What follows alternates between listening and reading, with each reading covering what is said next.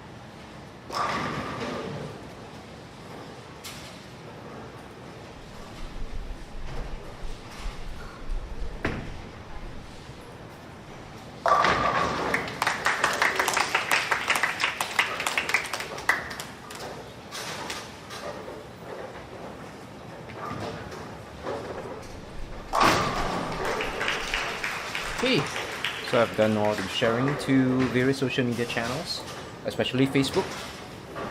And welcome back. So finally able to put some attention to the streams here. Okay, gonna max this out.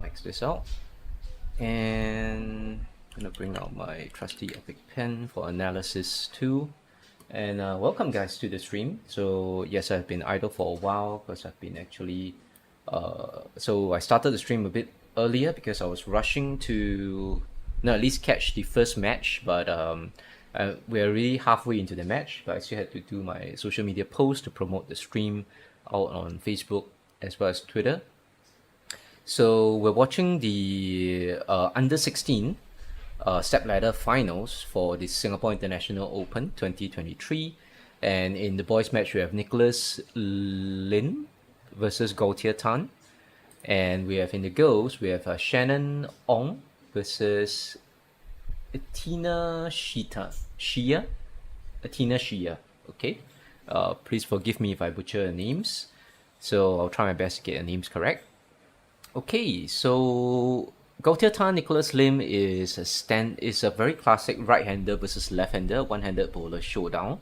So guys, take note that this is the fresh oiling condition. So I've actually muted it. Maybe I can just bring out a little bit of the volume here.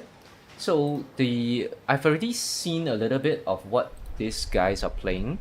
So I think for Gautier, he has chosen to play like I think Coach Neo has actually mentioned this before, like the very standard 15-10 breakpoint. So 15 at the arrows, 10 at the breakpoint is actually a really good line for the Singapore International Open because it's medium oiling, and it's kind of like the very standard line that you would want to play on this kind of medium oiling 43 feet. The only sort of like change is that you want to have a decent amount of surface on your ball to start off. So at least like use a 500 grit Aberon pad, top off with at least 1,000, or you can even go even rougher. So and use like a solid reactive ball. You can go with a symmetrical reactive ball if you want a little bit of smoother motion. on the lane that you want your ball to jump too sharply, or you can go with an asymmetrical ball if you're having trouble with the ball turning the corner. So you can do either, right? Symmetrical ball, asymmetrical ball, but make sure that with either ball, either asymmetrical or symmetrical, you use a rough enough surface grid, which is like at least 500 Eberron pad, and then top it off with 1,000. Or you could go with even rougher, like I think the roughest is maybe 360 Eberron pad, then top it off with 500. What I mean by top it off is like you start, so that means you start sanding your ball with 360 as the base, and then after you have completed sanding the ball with 360, and then you use a 500 Eberron pad to kind of like sand it a second time. So why sanding it twice in this way is because you give the ball a little bit of uneven grit teeth. That means even though the surface is mostly like 500 grit Eberron pad, there's underneath the surface of it, there are rougher teeth, rougher grits, which is like 320 grit Eberron pad. And we have Nicholas Lim here, the lefty. So he has very good ball speed, and I can't see his ball, his revolution, but I believe he should have decent ref rate as well. So as a lefty, obviously you want to stay close to the left channel, as close as possible, to avoid the traffic from the right-handers. And I think Nicholas is playing like probably 12-7 at the break point. That means 12 at the arrows, probably 7 at the break point. Let's see again. I think he's playing like 12-7. He should land his ball like, the ball should cross, yeah, in between the second and third arrows.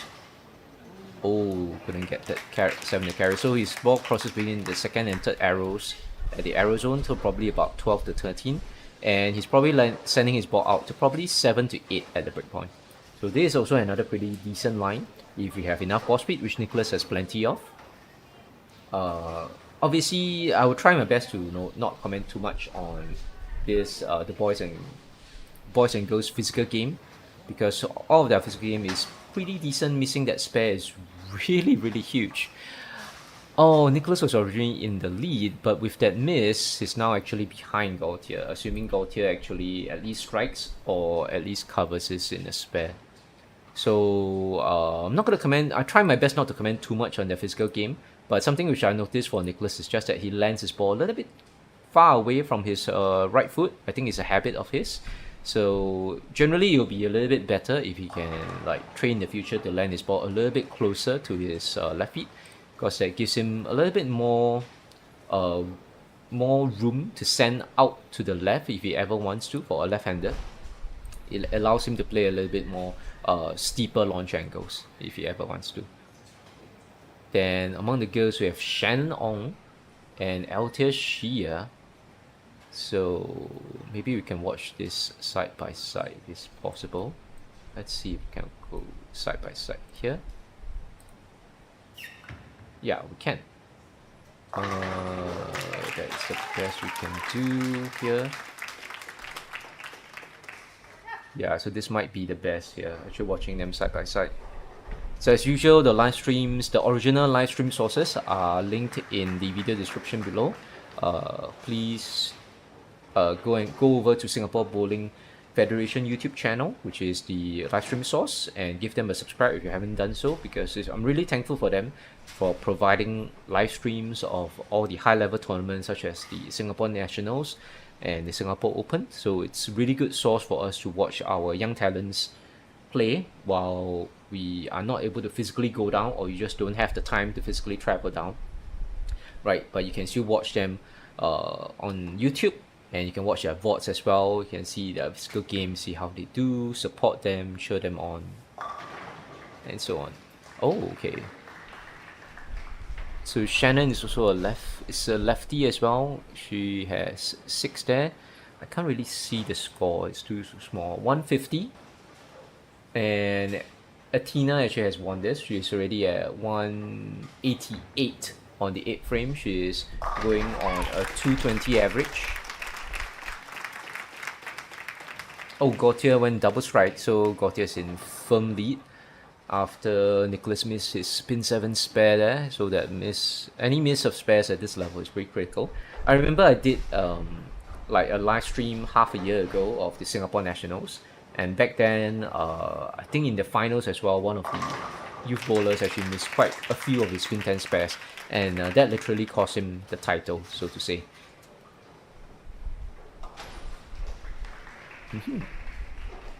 Athena has a very interesting and very old school sort of like pre-shot routine where she actually swings a ball a little bit before she starts her approach. Let's see that again. Yeah, so Athena swings a ball up as a pre-shot routine before she starts her approach. Is she taking 4 steps?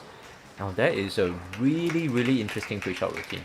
So if you're wondering why she does that, it's because she wants to keep her swing. She wants to check whether her swing is in line with a target by swinging the ball up and down before that. And Coach Eddie, with his very striking, I think copper dyed hair, walking past. So Coach Eddie is one of the pretty nice guy. He talked to me before when I was at Planet Bowl, just training myself personally, gave me a little bit of advice on my game. Very nice guy, trains a lot of very talented young bowlers, especially on the one-handed game. He trains his bowlers. Typically, he trains a lot of high ref rate bowlers. A lot of, I think, female bowlers actually. A lot of very good female bowlers, and in the national, some of them in the national team as well. Actually, come from Coach Eddie's personal training at Planet Bowl. So very good coach. If you're looking for a very good one-handed coach, yeah, you can check out Coach Eddie. So I don't know whether Athena is one of his students, but that is a really interesting pre-shot. So Athena has won that match. She's progressing on to the semi-finals. And let's focus on the boys here.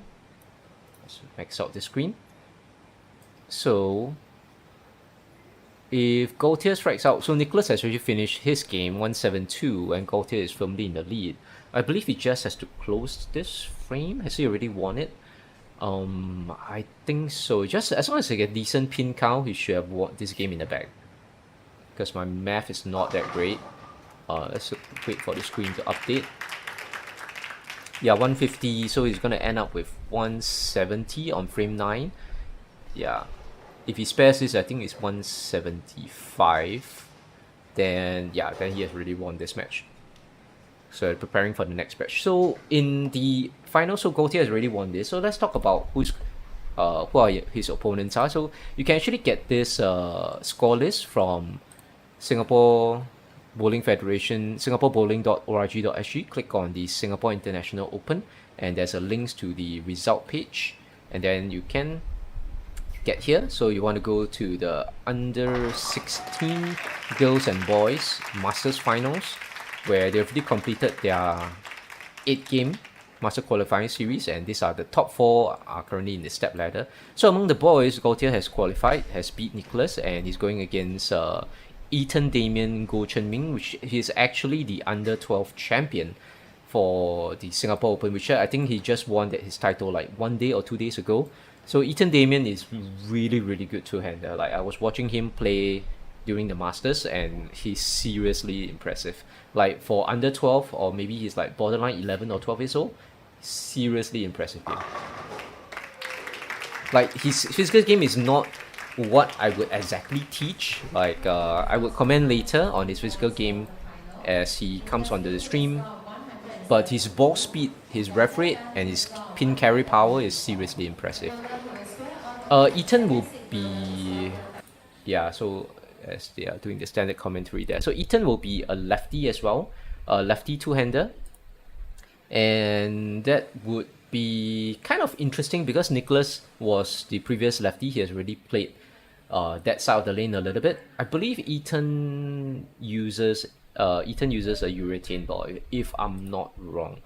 I'm not 100% sure because I can't really see the ball brand, but from the matte surface and so on, and from the movement, it looks like a urethane ball. Maybe like a Black Widow urethane or something like that. It's a bit of the stronger urethane side.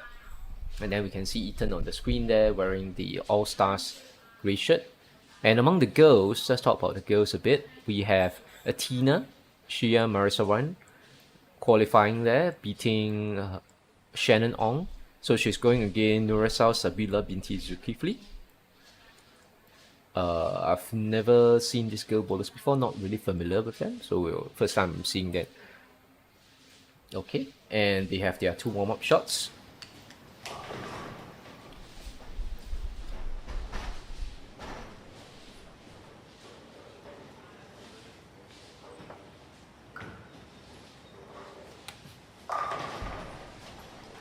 So guys, if you're just tuning in, this is a restream because the original streams of Singapore Bowling Federation's original live stream doesn't provide any commentary. So I just wanted to give a little bit of value to the viewers, provide some commentary and analysis of the lines these boys and young boys and girls are playing, their adjustments, their physical game, what's really good about their game, what's maybe something that if you're a bowler in a similar level, there's something that you can improve on, lessons that you can take away from this and so on. So for the girls, I would believe they should play a little bit further right than the boys. I think they should be playing around here. Yep. So we can see this is, so I believe this is, what's the name again? Let me check the qualifying finals. I'll call Nura. So Nura actually is from sports school and she's playing like it's very similar line, similar to Nicholas. That means 12, 12, 10, 12, 8, 8 at the break point, so 12 at the arrows. And now that we can see Athena's line a little bit more clearly, I believe Athena should be playing in a very similar area. So it seems like Athena is a student of Coach Eddie there. And with that really interesting pre-shot routine. So Athena actually, oh okay, so Nura actually does it as well. You can see that Nura also swings a ball forward and back right before she puts it into her left palm and then she starts her approach. So yeah, so it's not, so it's a pretty unique pre-shot routine. I haven't really seen it recently, but in the older days, talk about like a decade ago, 10 years ago, this is actually a little bit more common. So why they're doing that is because they're trying to line up and check that their swing is in line with their target line by doing like a test swing with the ball first. And while they're doing that test swing, they're also making sure that their swing is loose. They don't want too much tension in their swing before they take their shot.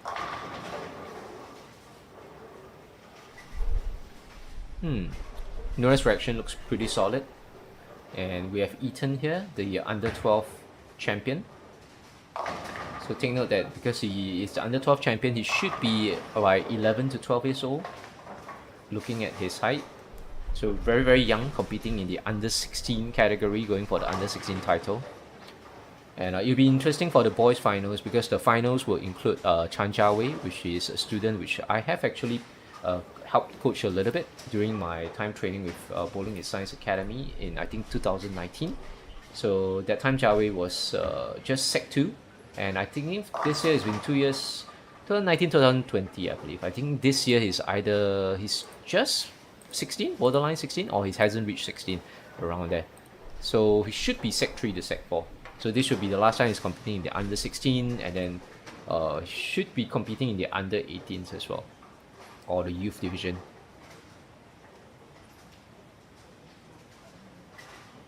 Okay, so they're taking their 2 shots here. So for Ethan actually has a little bit higher ref rate because it's a 2-hander.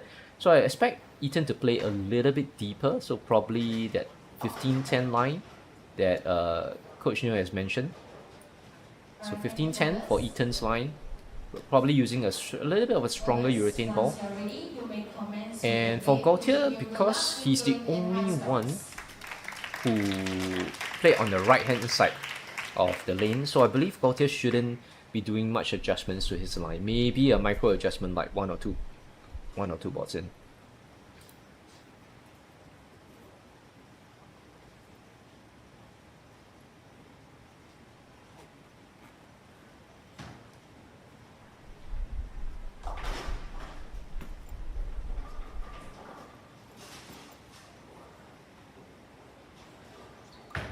Oh, he's playing a little bit more to the left actually.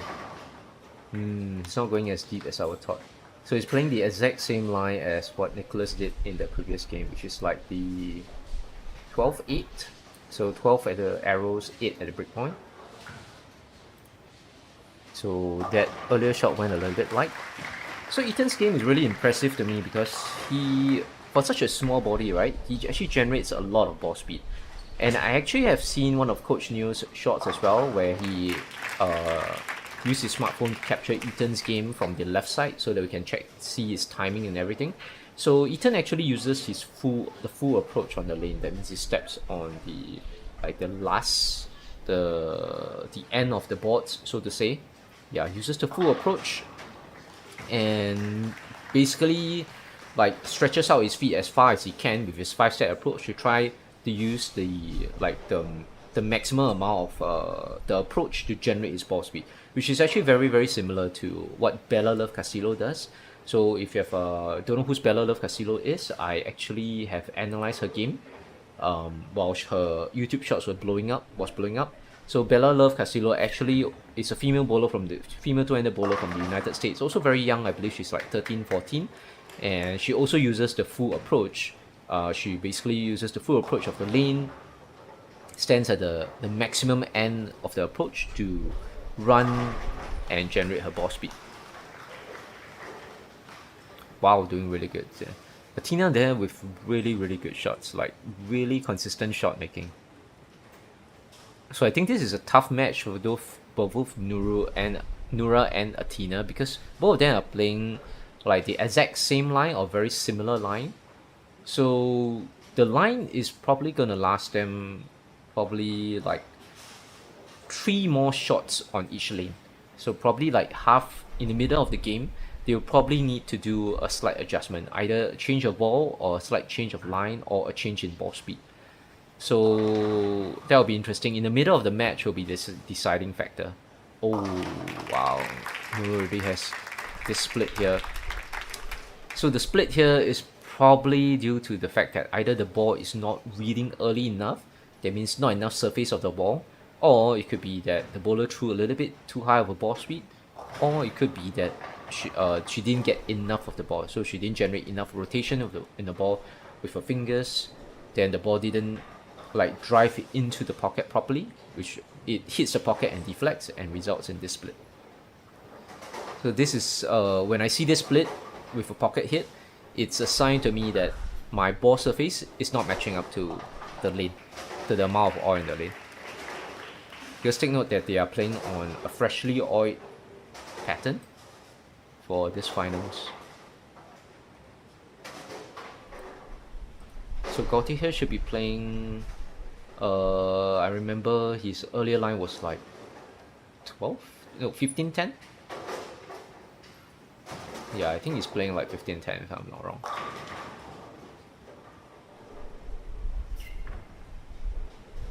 Yep, around there. Goes a little bit high, he misses the break point a little bit to the left, so he hit like maybe 15-11, but he's not maximally punished. There's not a maximum punishment, so he leaves a easy spare. And Nura here going for her 3rd frame. Let's see if we can make a better shot here. Okay, going for that 12-8 line, a much better shot. So Nura actually sends it out a little bit more to like board 7 at the break point.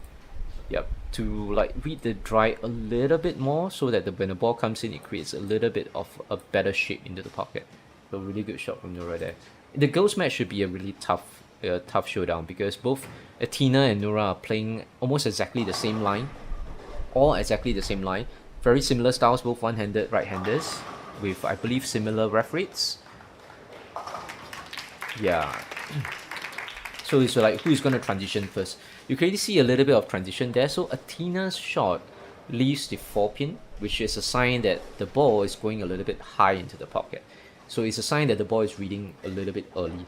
So both girls might need to start transitioning a little, making a small adjustment a little bit earlier.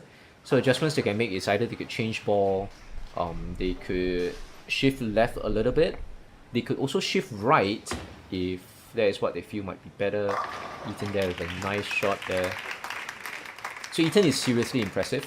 Like for such a small young boy, small in height as well, he generates like at least 25 to 27 km/h ball speed, mostly by using the maximum length of the approach and by the speed of his swing.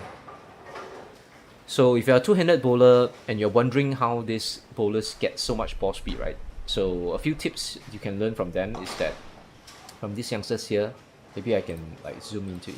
Let's watch Ethan's game in more detail here. So he uses the full approach. 4, 5. Okay. So he has a very short compact swing. He actually keeps his elbow bent all the way. And you can see that he goes through his 5-side approach relatively quickly. So he basically almost rushes through his 5-side approach to try his best to generate momentum and ball speed within the body and transfer that momentum and ball speed of the body into the ball. And obviously he also has a pretty like a short and compact, quick and compact swing. So that quick and compact swing also leads to his ball speed as well.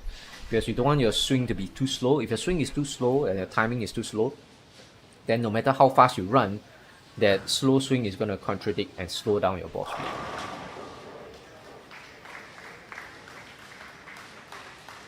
Yeah, so basically it'll be a carry contest between the girls there. Because the transition is already happening. So it's just that who's going to make the correct adjustment first on the girls' side. For the boys' side is righty versus lefty. So obviously they're not competing with each other for lane transition. They're just fighting their own transition. So Gautier playing the 15-10 line. Looks like a good shot. Still going a little bit high. So I'm not sure whether Gautier missed his breakpoint a little bit left. I'm not too sure of that. So couldn't really see from my angle.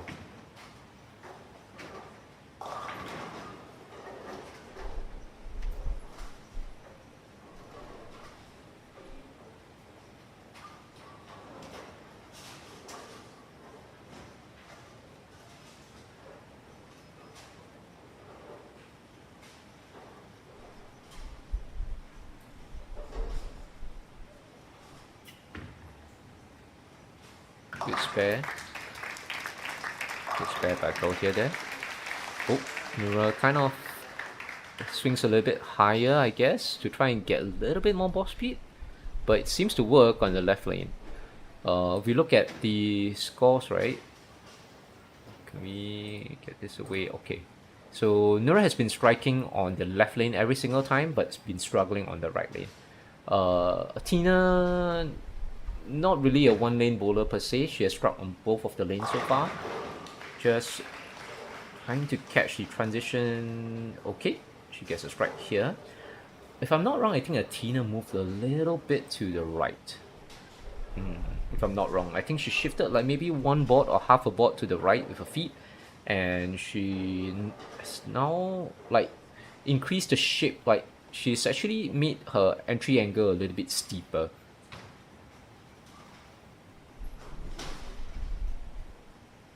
So look at Gautier's shot here.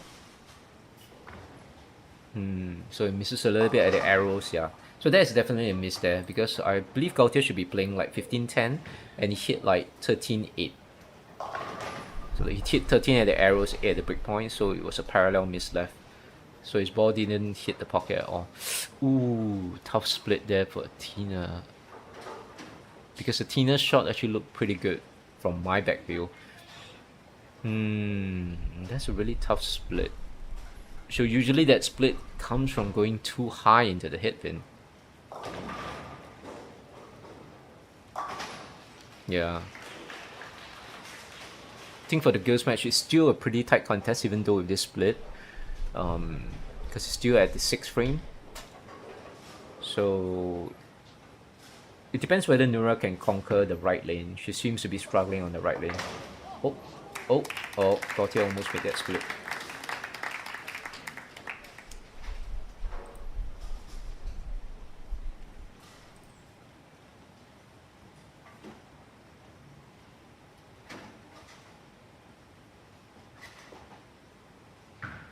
Yeah, but Ethan is firmly in control of that stepladder match there. Oh, Nura, not too sure. Oh, she carries. Okay, yeah. So the right lane was Nura's problematic lane. She hasn't been striking on that. She has been striking very easily on the left lane. And Ethan with his shot. Leaves a pin 7. So I believe Ethan's spare game is so far decently good, but his release technique, right, is something that I would not recommend for a two-hander. For a two-hander spare release, I would recommend for the bowler to like have forward roll on the ball, so that to minimize the amount of hook the ball will make. But Ethan actually releases his spare shot in the same release as his strike shot, which might make his spare shot hook a fair bit. Yeah, but his spare game has been really good. It's really, really accurate for a bowler of his age. Like, really accurate, high ball speed, high ref rate. But I'm very impressed with Ethan's game. So, as usual, Nura striking on the left lane. That seems to be her favorite lane for now in terms of pin carry. Yeah, so now Athena is in deep trouble here because the opponent has a double while she's coming off a split. Really deep trouble because in a step ladder game like this, you don't really have much time to adjust.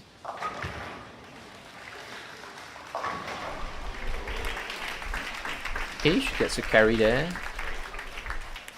Ethan gets a strike as well.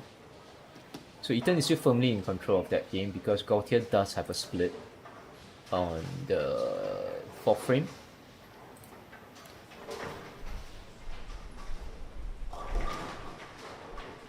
Obviously, Gautier can still come back in this game. It is still early in the match. If he strikes home, and if Ethan misses a spare or gets a split, then there's a chance for him to come back. And he starts his comeback with a strike. That's not too bad. I think he threw probably a much better shot there because his earlier shot for the split is because he missed parallel to the right. Athena's still struggling with carry there. Yeah. So the lane has definitely transitioned, and Athena has not been able to like keep up with a good adjustment. While Nura has found her line, found her carry on the right lane, and has not missed at all except the 2nd frame. Oh, that was close. Athena almost missed the pin 10 swear there, almost.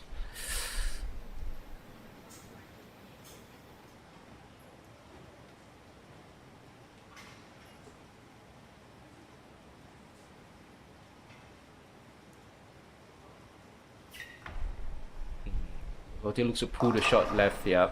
It did go left. Yeah.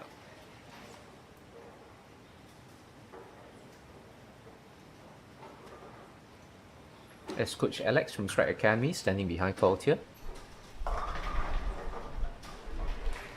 And Nura, goes a little bit high. That ball seems to be a little bit slow off her hands though.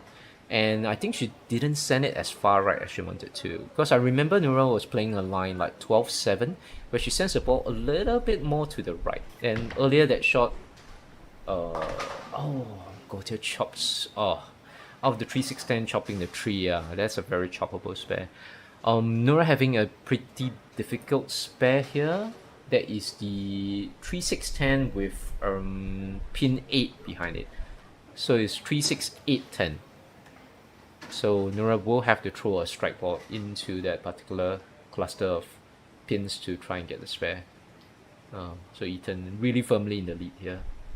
So Ethan just has to like close all his frames and he's good to go for the finals. Oh, he misses a bit left. Yeah, Nura there with a really, really good spare. That's a very difficult spare. She made it look easy, guys. So that cluster of spares there, I've missed that. I mean, I've had my ball deflect off the cluster so many times, leaving that pin 8 behind. So she did really good with that spare shot.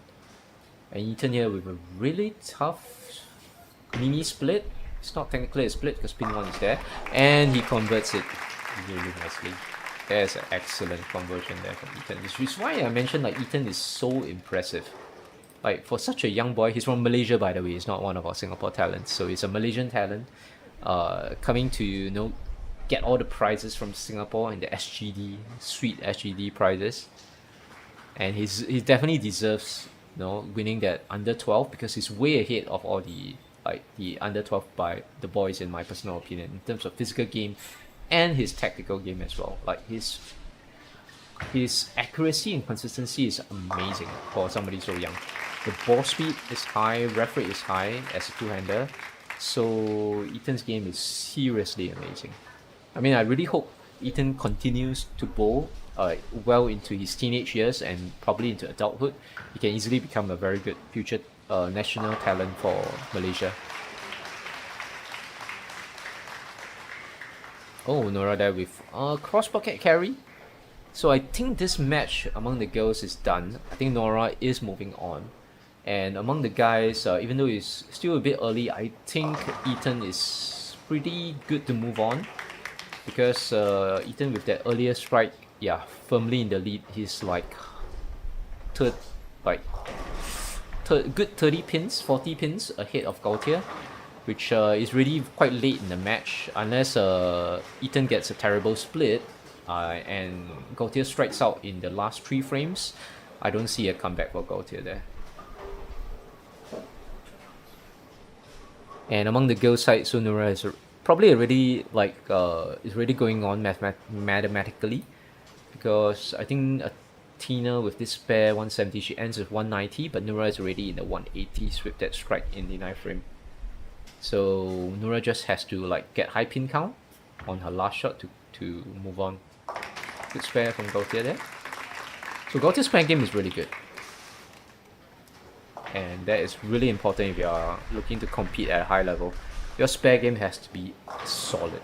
But I'm so surprised that Ethan's spare game is really, really good as well. Even though he releases his spare shot with a lot of side rotation, which is not ideal in my opinion, because that makes the spare ball hook a bit, quite a fair bit, especially on higher friction lanes like the switch lanes from SBF. They're typically higher friction on the back ends, so your spare ball will hook quite a fair bit if you get too much side rotation on it. So Ethan actually does throw his spare shot. It's quite a fair bit of side rotation, but it's really, really accurate. So I haven't seen him miss a pin 7 so far. And Gautier here, he threw a good shot. Yeah, that's rough. So he threw a good shot there and he gets a split. So his ball surface is actually really not matching up to the oiling. Because when you get a pocket shot and you get a split like this, right, which is I believe the 210, a 210 split, it typically means your ball doesn't get enough friction on the lane, so it's not driving through into the pocket. It's not getting that surge into the pocket. So typically it means a lack of friction. So his ball surface is actually not matching up. Good spare, Gautier, good spare. Yeah, Gautier's spare game is rock solid, man. He's converted that split like it's breakfast for him.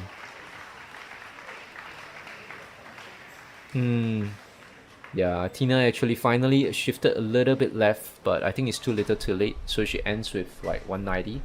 So in the last shot, I think Tina shifted a little bit more to the left to see whether that line works, and she did strike with that line, but a bit too little too late, because Nura with high pin count is gonna move on. See if Ethan throws a good shot here. Doesn't really like his approach, but gets a carry. So that's the benefit of high ball speed and high rep rate.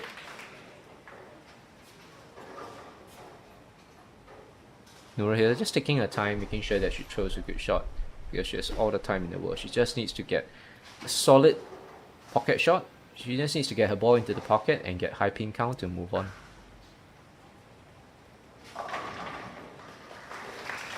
Looks good. Good shot. Sends it to the right brick point. And with a pin 10, I think she moves on. Yeah, and Ethan here is moving on to meet the top qualifier, which is Chan Jiawei. So a boy that I personally know. And obviously, I'll be a little bit biased. I am hoping for Jiawei to win, since I know him personally. But then, like, Ethan is going to be tough to beat. Like, Ethan is really, really impressive. So the only thing that can beat Ethan now, Nora misses the spare, but I think she still goes through, right? Wow! Nora with that missed spare, she's laughing, she's like giggling to herself. Like, she missed that pin 10 spare and she qualified with one pin, 192 to 191. Oh my god, it was almost a disaster for Nora there. Almost a disaster. Ooh, wow, talk about drama. Oh my god. So guys, pick up your spares. Pick up your spares, please, because your spares, that pin 10 miss almost cost Nora the game. She was doing so well, she was in the lead, and that pin 10 miss almost cost her ticket to the finals. So Nora is going on to the finals where she will go against Meiko Chua. Wow, but that was scary there. So if she had gotten 8 on her first shot and if she missed the spare, I think she would have lost for Nora there. So that was how close it is to get, how important it is to get high pin count on the first shot of Nora's 10 frame. Because if Nora had gotten 8, then because of the multiplier effect from the strike on frame 9, right? She would have been 1 pin lesser. Though she would have ended, and she would have missed the spare, she would have ended with 190, I believe, rather than 192. Okay, so they have switched off this one, and we will be going to this, the last link on my description for the finals. So the link for the source stream is in my video description if you are watching on my Restream here. So as usual, disclaimer, this is a Restream of the Singapore Bowling Federation's live stream because they are not providing commentary on the finals for all the youth matches, I believe. So I just wanted to provide my version of commentary, what I think, looking at how they transition and so on, to kind of provide value to the audience there. Okay, so the boys hasn't finished their match yet, but Gautier is going to end with maximum of 177, and I guess you end with like 167 here with that spare. But Ethan is already well into the 180s, 190s, so Ethan is moving on.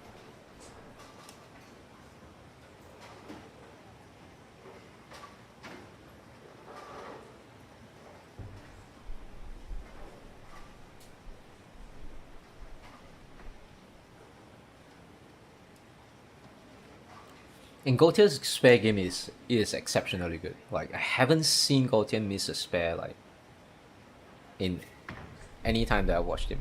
Yeah, that's a spare again. The spare is really good. He even converted that split like it was nothing. It's really, really good. So let's see whether Ethan changes his ball and like tests out another ball in another line, because he has already mathematically qualified. I guess not. I think he's sticking with the same ball. So as to what ball Ethan is using is probably a urethane ball for him, because looking by the ball motion, like how smooth the ball is, I think it should be a urethane ball. Yeah.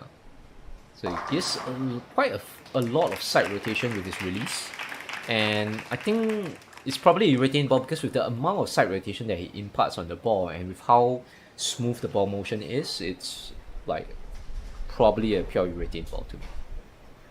Because if it was a reactive ball, it would have snapped a lot at the back end, so it wouldn't have given him that smooth motion with as much side rotation that he's getting. Yeah, he gets a lot of side rotation, and his Ethan's spare game is really good as well. So he's going to end with 226 if he gets a strike here. They'll be going against Chan Jia Wei from Bowling and Science Academy. And the girls, we will have Nora here. I shorten her name. So Nora going against Meiko in the girls finals, which we will see in as soon as Singapore Bowling Federation starts their stream there. So I'm going to leave this stream on until Singapore Bowling Federation starts their grand finals live stream. So for the grand finals live stream, I think both the boys and girls will be side by side on the pair of lanes.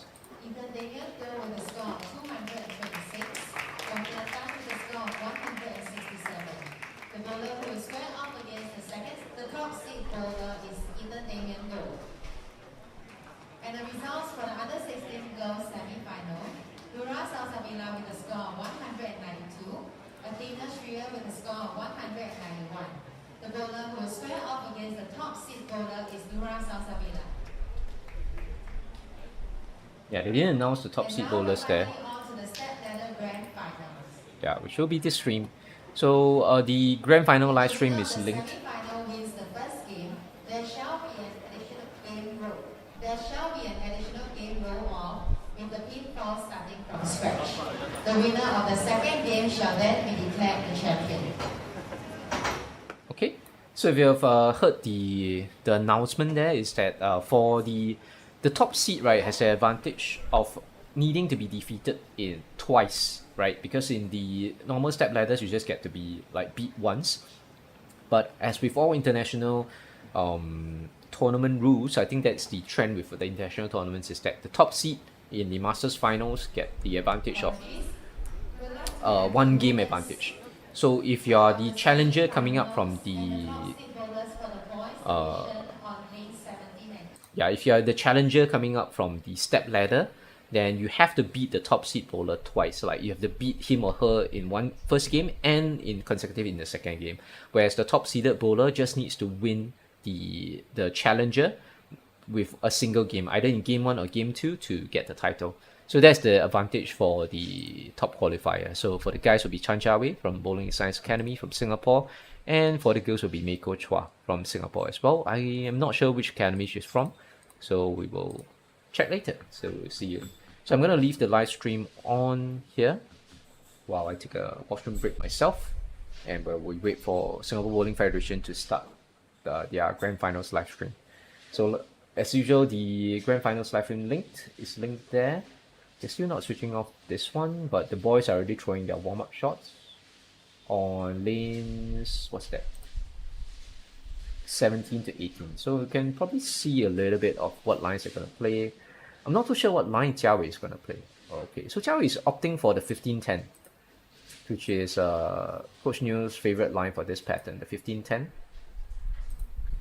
And he's opting for slower ball speed, which has actually worked for him really well. Like if you look at Jia Wei's scores, he averaged 216, which is quite a good feat, and like 23 pins ahead of Eaton, like pretty well done. And then ahead, yeah, quite not too much ahead, but just by a little bit ahead of the competition with a good 278 game that really pulled him ahead there. So going for that slower ball speed for Jia Wei actually seems to work really well, seems to match up really well.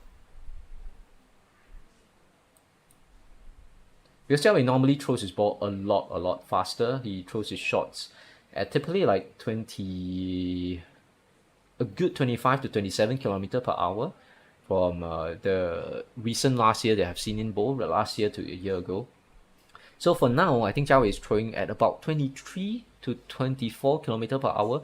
He has slowed down his speed quite a fair bit on this Masters finals.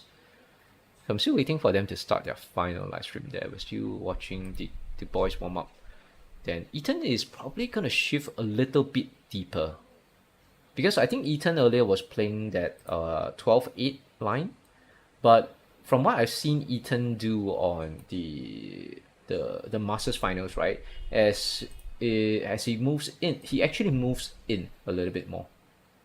So he'll move to that 15-10 line when he needs to. So I believe the transition for Eaton here should be to move further to the right. Sorry, move in means for Eaton further to the right because he's a lefty. Then for Jia Wei, I think his spin action, I'm not too sure because they only have like 2 shots on each pair. Okay, Eaton still, that second shot from Eaton is still at that like 13-8 to 12-8 line.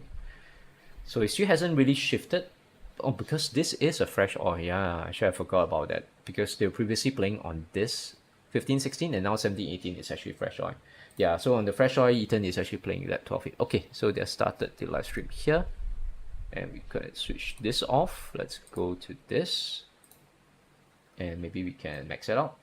So as usual guys, this is a restream. So sudden spike of viewers, thank you guys for tuning in.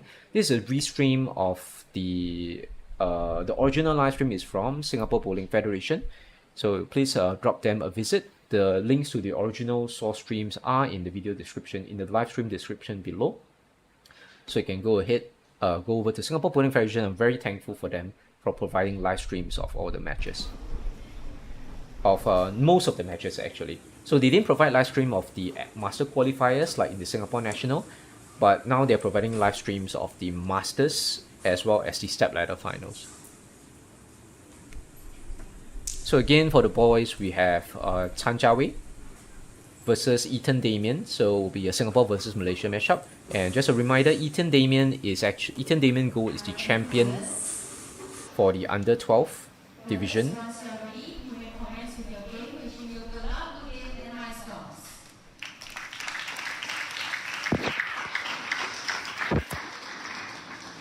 Okay, we don't see the girls actually. Wait, let me double check. Boys and girls.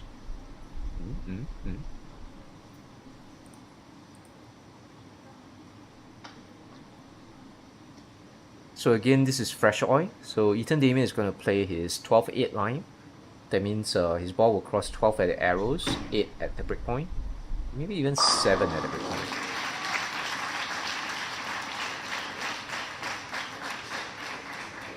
So both of these bowlers actually have a fresh line to play. Wait, so the girls are over there, but how can we get to watch the girls?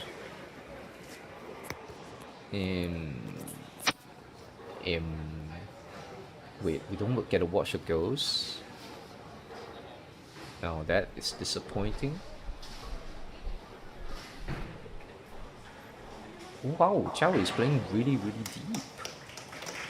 I know he's slowed down his ball speed, but he's playing really deep. Actually, he's playing like 20... Okay, now they do a split stream here. Okay, so we get to see both the boys and the girls final. So for the girls will be Meiko Chua versus Nura. I'll just shorten her name. So Meiko is the top seed from the girls and Chan Jiawei is the top seed from the boys. And being the top seed in the master qualifiers, they have the advantage of 2 games. So you have to defeat them twice as a challenger in order to, twice in consecutive games in order to win the title. So if the top seed just wins either game 1 or game 2, then the top seed will get the title. So that's the benefit of getting top seed in the Masters.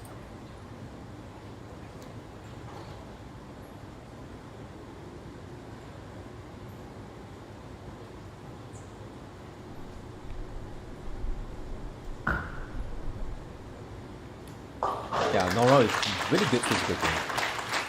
Really good physical game there. You can see her balance arm really straight, really good balance at the foul line. Kind of like the nice wrist movement for high ref rate as well. Jiao is going really deep on the fresh oil. I think this is a mistake from Jiao, because he actually played this line in the Masters, but then again there was a lot of carry down or breakdown of the lines on a lot of bowlers have bowled to the right of him on the lanes prior. Then for him to play his line that he's playing now, because the line he's playing now is really deep. It's like 23, 12. So for Jiao to start good, but take note that for this finals, right, this is fresh oil. So if this is fresh oil, there's not much breakdown on the right. So there's not much room for error for Jiao to miss to the right. So when he misses to the right, his ball will hang and he will get a split because the ball doesn't get enough friction to turn the corner and to get it in the pocket. So I think Jiao is playing far too deep on that fresh oil. So I think it's a mistake. Based on what line Jiao is playing, I would give the advantage and the match to Ethan at this point, even before they're both much, because Ethan is very comfortable with this line he's playing in the previous match, which is the 12-8. So 12 at the arrows, 8 at the breakpoint. Ethan is using probably a pure urethane ball. Why I say pure urethane? Because all balls are technically urethane, just that reactive balls are urethane based with a different reagent or catalyst added to it to make it more porous. And we have live stream issues here. The source stream is lagging out. Okay, yeah, so the issues here is with the source stream as well. So the advantage does go with Ethan here, because Xiao is actually starting too deep on the fresh oil.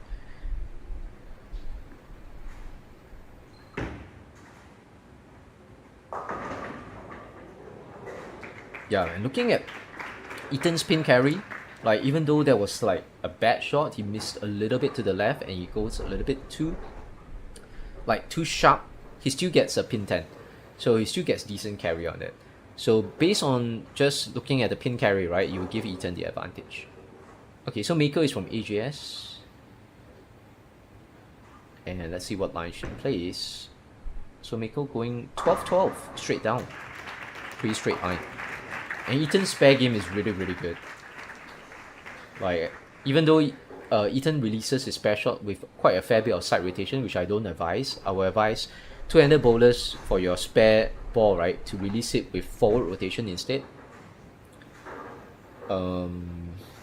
But Ethan is like really accurate in his spare game. I haven't seen Ethan miss a pin 7 spare. Nora goes for a third shot. Nora playing that kind of 12-8 line that she played in the previous game. Yeah, Jia is sticking with his, you see? So that's the problem, you see, when you start too deep on this oiling, because this is really thick oil, guys. This is like 33 milliliters of oil, and the center is typically where the most where the most oil is concentrated at. So, and Jia Wei's line is good during the Masters finals, especially in the ending games like Game 7 to Game 8, because a lot of guys actually broken down the oil to the right of him. But now he's actually playing on a fresh oil. So when he's playing on the fresh, there's a ton of oil on the outside, and he has no room for error at all to play the inside line. So he has to make a decision. He has to make an adjustment. You see, the ball is just not reading. So Coach Sandra from Bowling in Science Academy is advising Jia Wei. I think Coach Sandra really has to tell him to change his lines and his strategy, because this match is already lost. Like from the first 3 frames that Jia Wei has opened all 3. I think Jia Wei has opened all 3 frames, right? Yeah, this match is gone. Ethan is not gonna let up on it, and Ethan is just gonna gob up this game because that's how good Ethan is. And Jia Wei has to change his line. I would suggest for a bowler like Jia Wei, right, to start with 15-10. That's the line that Coach Neil suggested as well, and I've tried it when I bowled earlier at the Singapore International Open oiling. 15-10 is a pretty good place to start, even with slower ball speed. And for Jia Wei, he can easily jack up his ball speed, because his typical ball speed is like 27 kilometers per hour. Oh, he's sticking with the deep line. Why? I just don't understand. Oh, his ball is so sharp. I think that's why he wanted that deep line, because his ball is, his entry angle is really sharp.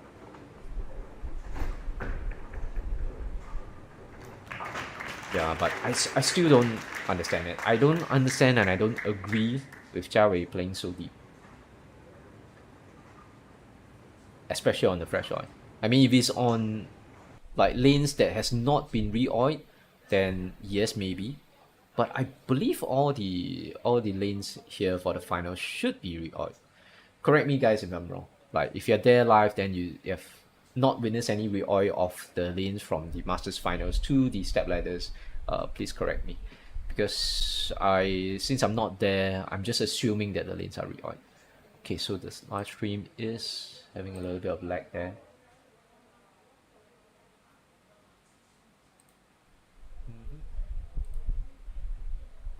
Yeah, so these are the main live stream issues here. Let me refresh. Is the live stream still up? It is. Okay, I believe my live stream is still up, so YouTube hasn't bonked me. Okay, so I've reopened the stream. Seems to be better here.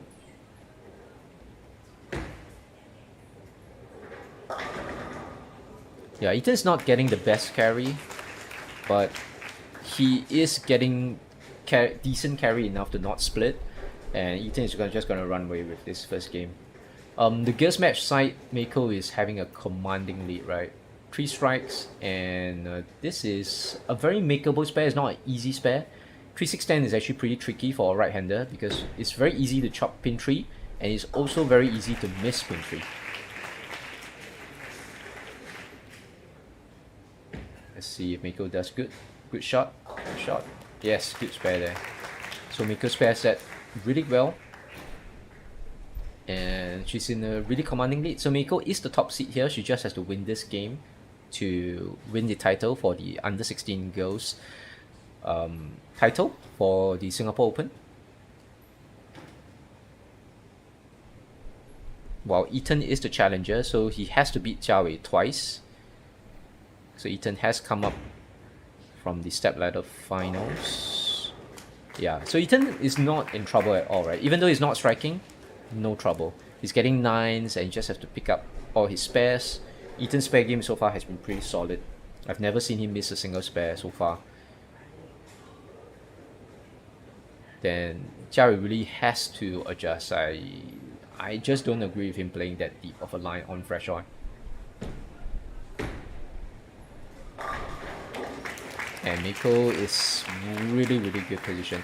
Miko is playing, I think, 12-12 straight down because she is of a slightly medium ref rate for a lady. Not a very high ref rate for girls. I believe Miko's ref rate should be in the range of about 200. Nura actually has slightly higher ref rate. I would estimate Nura to be in the range of at least 300 to 350 ref rate. So Nura is playing a little bit deeper because of a higher ref rate.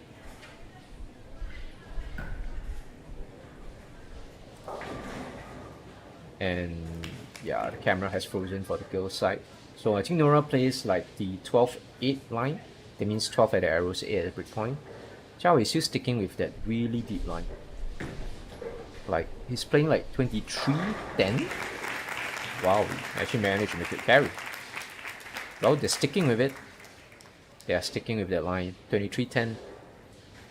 I mean, really interesting decision. I have no idea why. One reason I could think of why Coach Sandra and Jia Wei has decided on playing that line could be that the ball that he's using, the movement of the ball, the entry angle is just too sharp. So sharp that they can't play further right. Because when he plays further right, even if you can throw the ball faster, if your ball goes in too sharp right, you have the risk of splits. Right, you will go into the pocket at too sharp an angle, you get a split.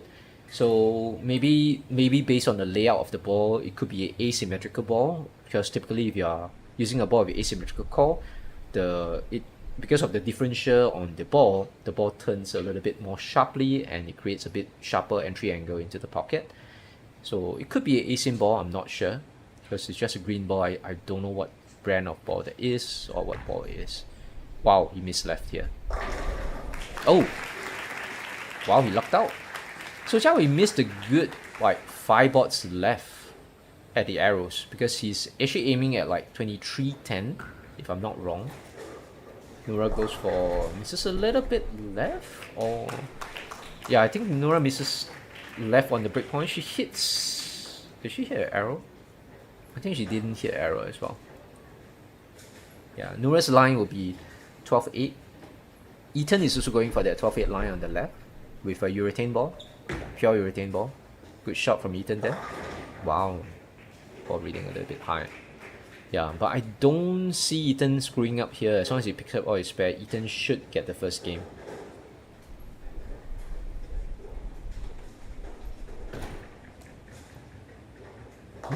Okay, really slow spare shot there from Nura.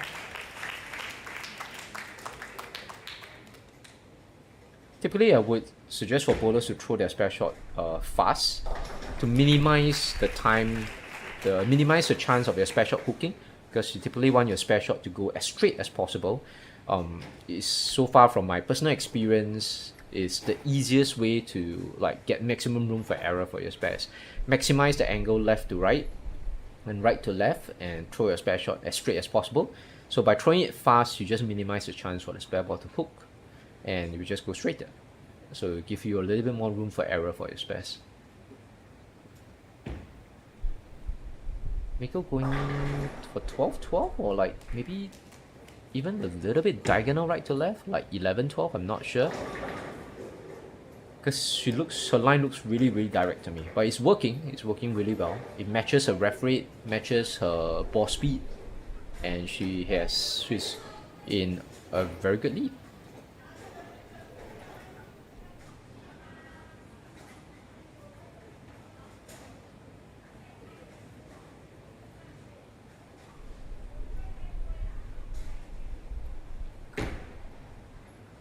Oh, wow.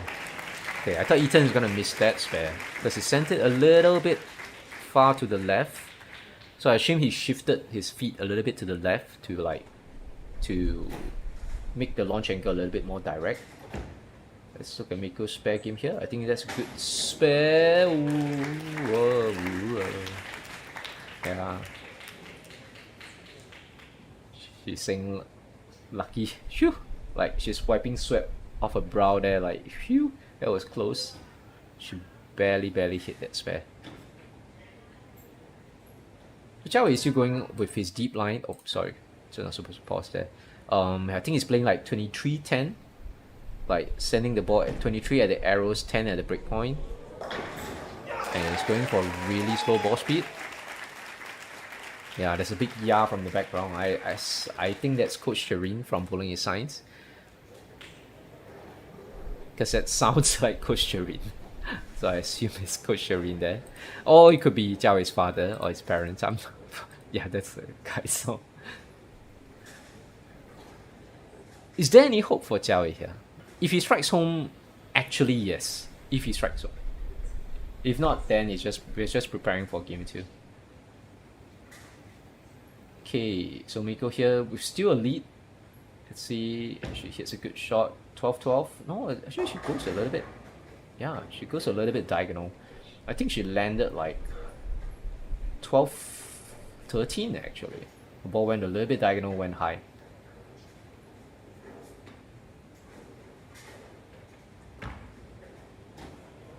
Oh, he misses right on the break point. Yeah, so Zhao Wei sent a little bit too far to the right there. It's really tricky because I believe this is fresh oil. So as usual, guys in the chat, please correct me if I'm wrong that this is a fresh oiling condition. So if it's fresh oil and you're playing such a deep line, it's really tough because the right side of the lane has not been broken down. So it's all heavy oil. Then you don't have a lot of mist room to the right.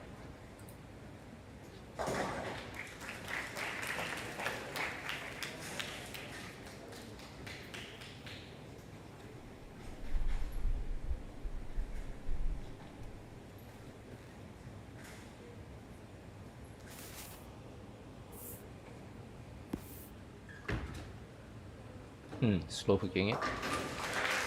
Okay, the stream is lagging again. Is it the cameras? Let me try and refresh the original source stream. Nope. So it's the cameras there. Yeah, it's the cameras from their from the reference route. So the cameras are either overheating or it's the internet connection. Okay, so we can see, so they're maintaining the cameras there, and we can see that Ethan lands up with pin 10. Ends with pin 10.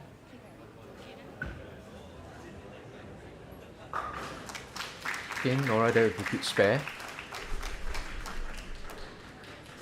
Yeah, so Miko just needs to win this single game to get the title, but Ethan has to win 2 games. Looking at the scores actually, yeah, actually they're all even.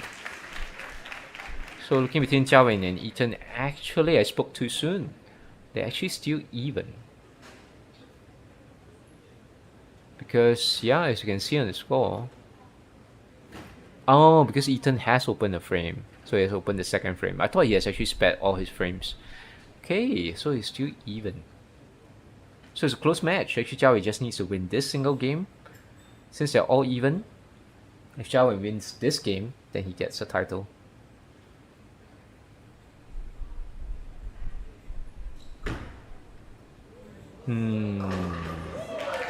Yeah. So Ethan actually changed his line there. He made an adjustment. Really smart adjustment for the boy. He actually shifted to the left. So earlier he was actually playing this line. He was playing like 12-8. So I think I don't see a coach with him. So I believe he instinctively knew that he should shift to the left, and that is a really smart decision to send the ball a little bit more direct. That increased his entry angle into the pocket.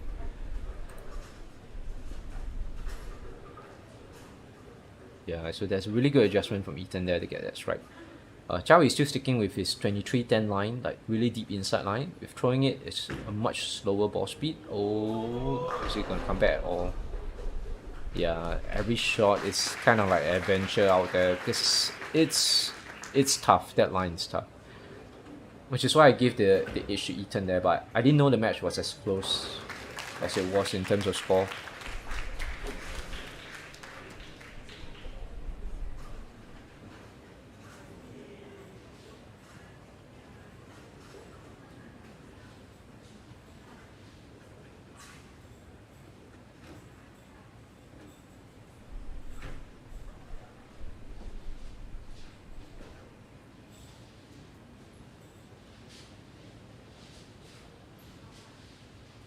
Anyway, actually Jiao is like playing like the typical Belmo line, like playing really deep inside, slow hooking it.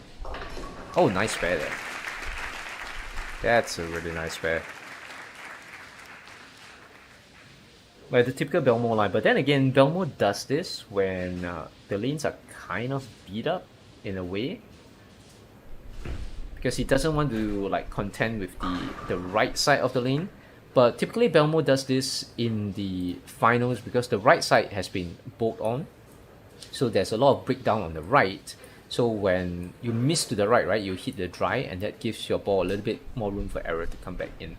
But why I disagree with Zhao playing so deep this game, because I think this is fresh oil, because the bowlers from the quarterfinals and the semi-finals, right, they have been bowling on different pair of lanes for every game. So if this is fresh oil and there's thick oil to the right, I don't really suggest for a bowler to start so deep, because this is all fresh, then there's no room for error on the right when you miss. Which is why sometimes you see his shots not even coming back to the pocket. Oh, he missed a bit left here. Yeah, it goes cross pocket. So this is typically what we call the very over-under reaction, where like you miss a bit to the left, your ball overhooks. Then you miss a bit to the right, your ball doesn't come back. So you feel like you're playing like this. You have to be really, really perfect with your shots, and you feel really cramped. Like there's no room for error left and right of you, and that makes bowling really hard. So like the less relaxed you are, it makes you tense up as well. It's like, oh, there's no room for me to miss to the right, there's no room for me to miss to the left. I have to be perfect. So it gets into your mind, then your muscles tense up. You're not as relaxed, you don't throw as good of a shot. So yeah, it's gonna affect the bowler mentally as well.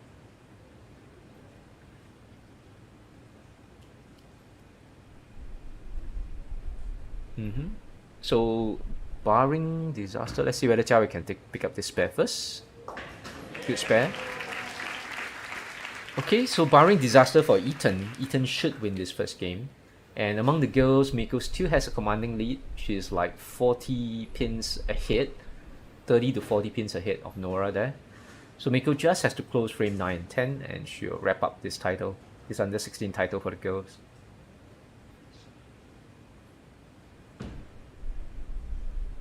She is playing a little bit diagonal. Okay, so she's actually playing like 12, 13.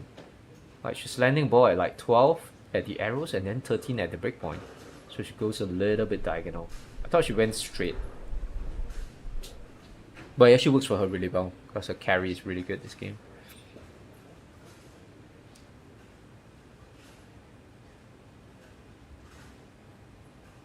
Yeah, Nora there has sticked with her same line throughout, I believe.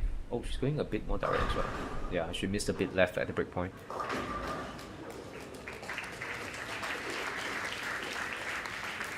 Okay, so Chariot ends with 173.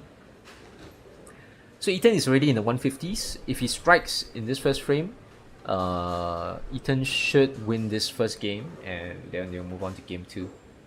Because Ethan has to win twice to get the under 16 title. And as a reminder, Ethan is our under 12 champion for the Singapore International this year. He just won his under 12 title like yesterday or the day before. I can't exactly remember. Oh, he gets a carry. He rubs his chest, thanks his good luck there. And Ethan has won game 1. So even though the score is closer than I thought, just when I predicted in the third frame after Jiao Wei opened 3 frames in a row, I gave the edge to Ethan. Ethan has won the first game.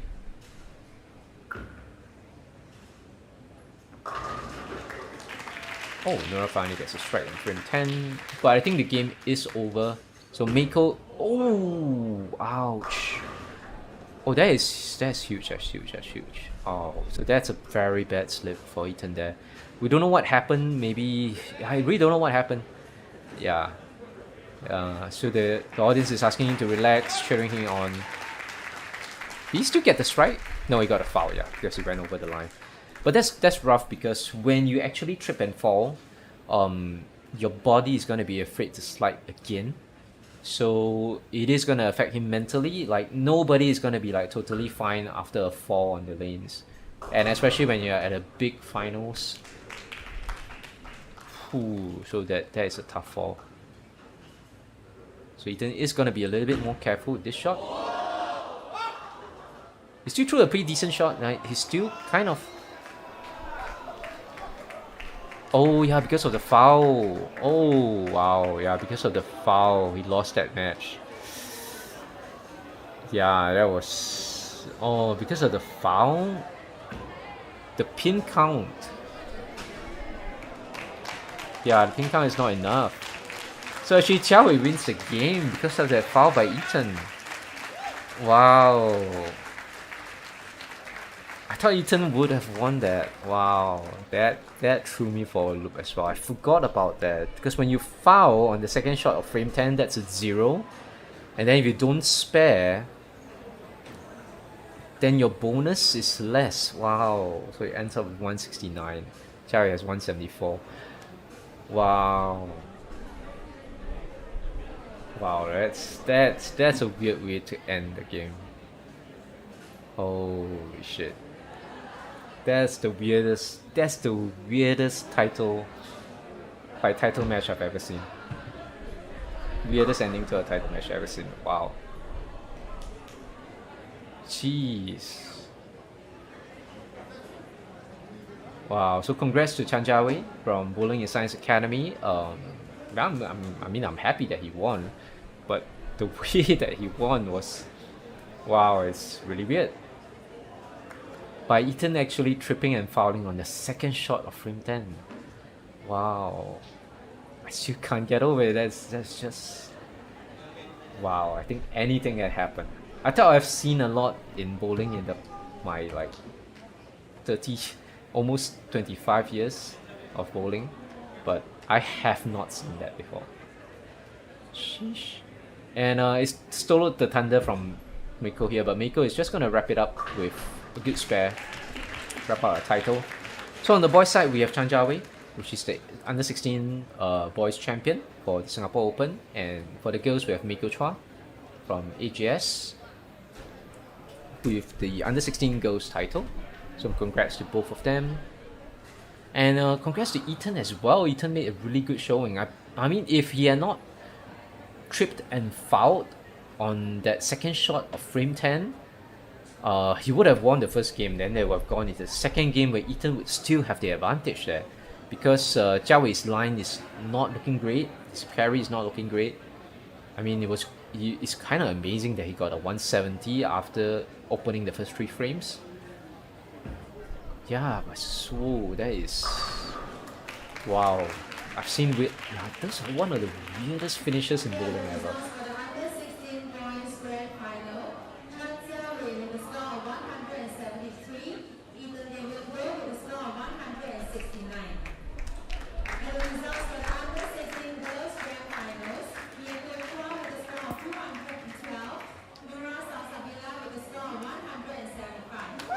Okay, so guys, that's it for the Restream, and thank you guys for watching. So if you like the content, please give the channel a subscribe, and obviously please give Singapore Bowling Federation YouTube channel a subscribe as well. So that's where I'm streaming from. We're very thankful for them for providing live streams of all the masters and the matches. Okay, so I'm gonna end my live stream now. Thank you guys for watching. See you guys next time.